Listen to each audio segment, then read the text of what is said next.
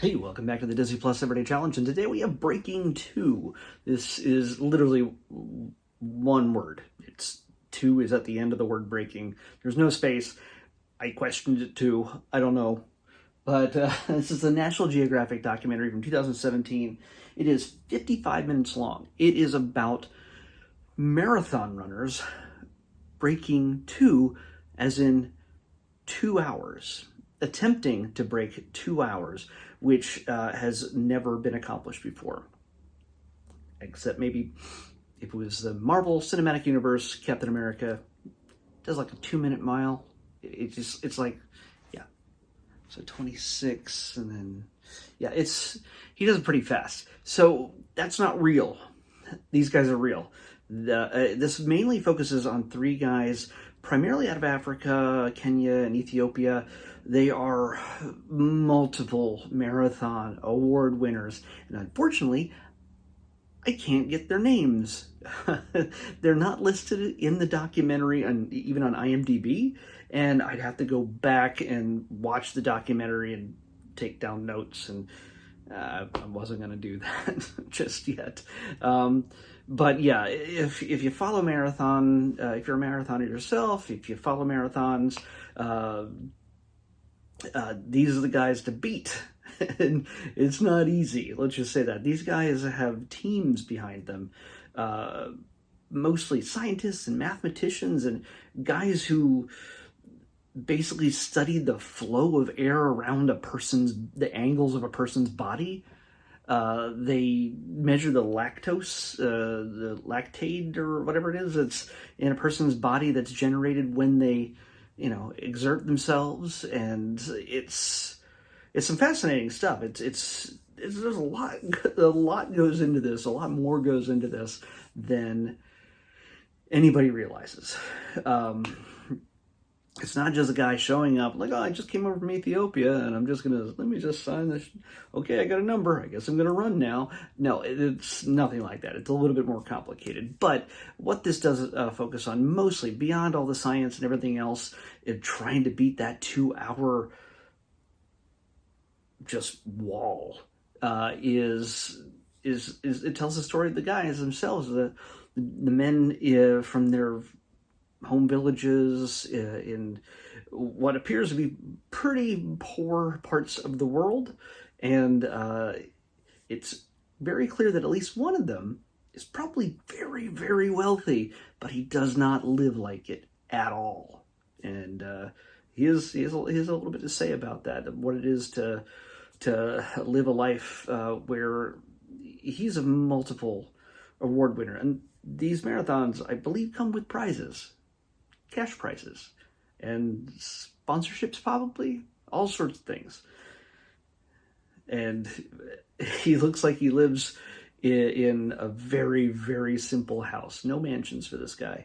So I hate that I am saying this guy. I want to say their names, and it's just nobody's giving it to me. Honestly, if you're into this kind of thing, if you're not, well, obviously you don't care if I know the names or not, but if you're into this kind of thing, if you're into marathons and running and strength and endurance and just everything that goes into being a marathon runner that has a chance of even getting close to the 2 hour mark, well, this is definitely an inspirational type of film for you. Yeah, it's a documentary, so it's structured in a certain way that it's not going to be, too.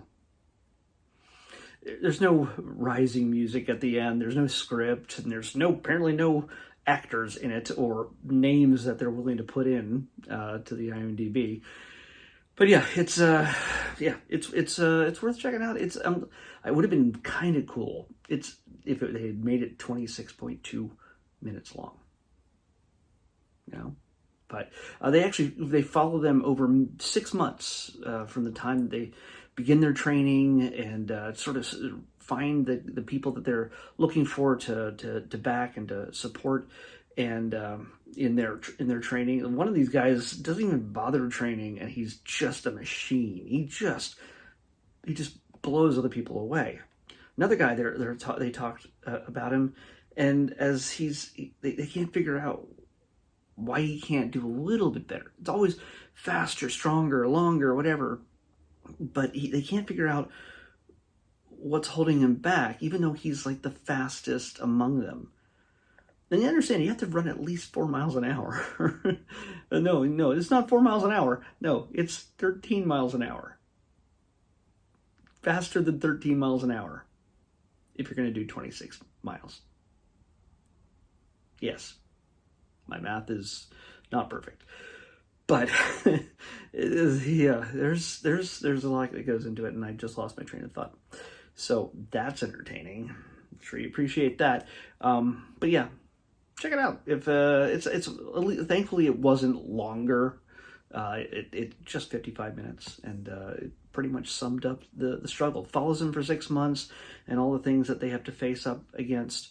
Oh, the guy that was really fast, the reason why he wasn't doing better, he wasn't drinking. He wasn't hydrating. He didn't drink a drop of water for the 2 hours he was running. 2 hours. Plus, because nobody seems to beat that 2 hour mark. At the best, I think somebody was doing 2:02 or 2:01. Sometimes it comes down to just seconds. And we get to see, as they do a special training session, whether they can actually make this happen on a flat track, like an F1 racing track, somewhere. I'm not sure where it is, but it's flat, smooth, just running around in circles, basically. And you get to see as they make that run. Will they make it? Will they do it in less than 2 hours? Well, you have to watch to find out. So, until then, we're going to pick tomorrow's episode. 363. 363.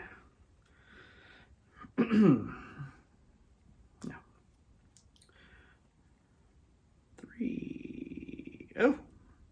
Oh, we got another short. We got another classic short.